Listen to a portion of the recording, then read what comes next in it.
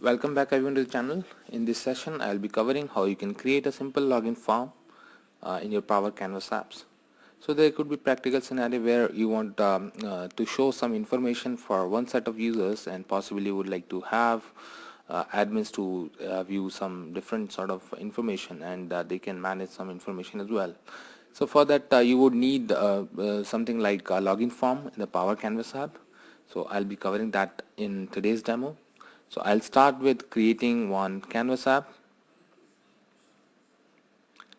So I'll just choose the blank layout in a phone.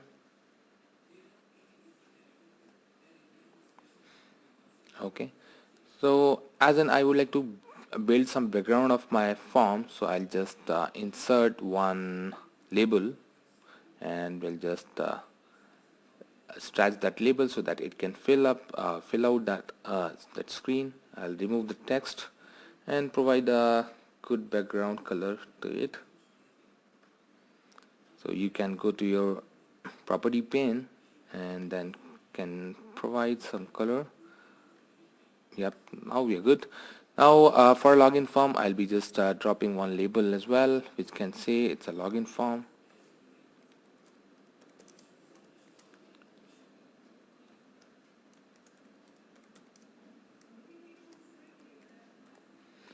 And I'll just make it a big font size, font weight, let's say bold, and align it to the center. So now we are good.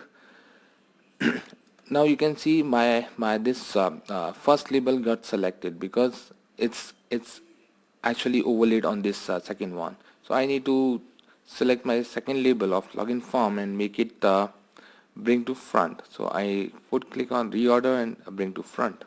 So now this label would always be in front. The same way we can just drag one input text which will be used to capture the username, and the same way we will be capturing one input for password.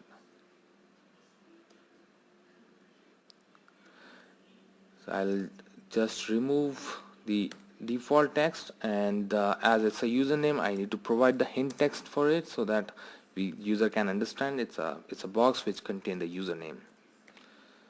Okay, so hint text I have typed that, and same thing I'll do for the password, and I'll type the hint text as password. Okay, now as I would like to mask the password, I would not like to have a plain text. So there is a property. If you scroll down, you will find mode. In mode, I'll change that property to password so that it can take the masking of the password. So we are good with these two text boxes. Now I'll just drop one button, which will be a login button.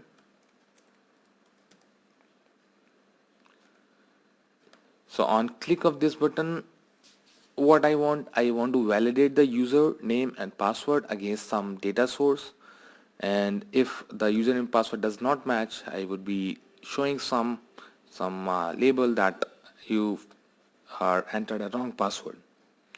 So I just added one label, and under that label I have to change the text for it. So let's say forgot password, contact admin, and can change the color for this as in red. So let's say light red.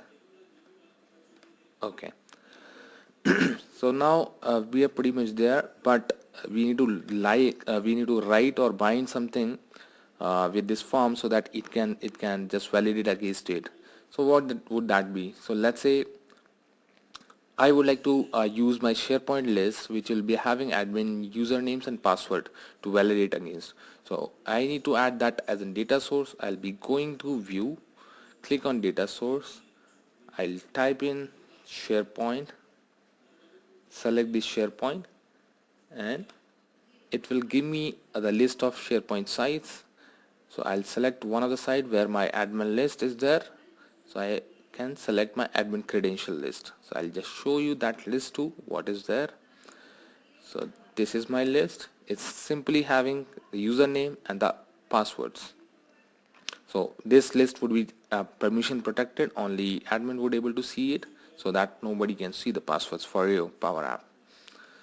So now I'm going back to my form. We have already created the UI now and added the admin credential list as a data source. Now I need to write the logic on select of this login button so that it can validate. So what I would be doing, I will be using lookup function, which will be lookup from my SharePoint list, and the list name is admin credential. And what I would be lookup, I would be lookup where title equal to my text box 1.txt and my password equal to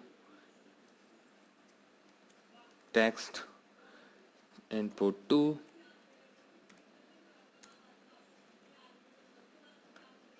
dot txt. So this is how I can just compare the values from SharePoint list for these input columns, input boxes.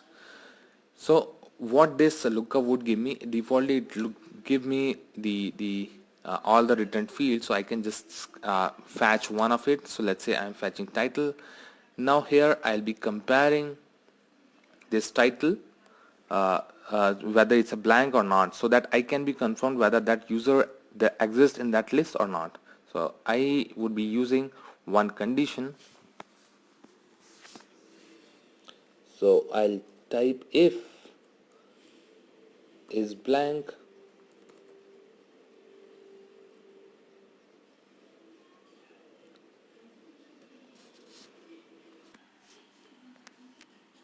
is blank this lookup field, and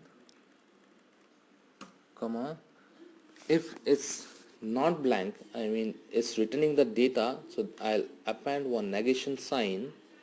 And if it's not blank, then it should navigate to a screen. So let's say I'll just add up one screen. I'll quickly add insert one screen. So let's say success screen. So it's a screen 2. I'll go back to my screen 1 where I'll just add up. If it's finding a non-blank field from the lookup, then you should navigate to screen 2. So we are good. If not, then what it should do? It should show my this label, this forgot password context. So it should show up that label. So I'll just say I'll update one context or a variable. Let's say it's a show forget message true.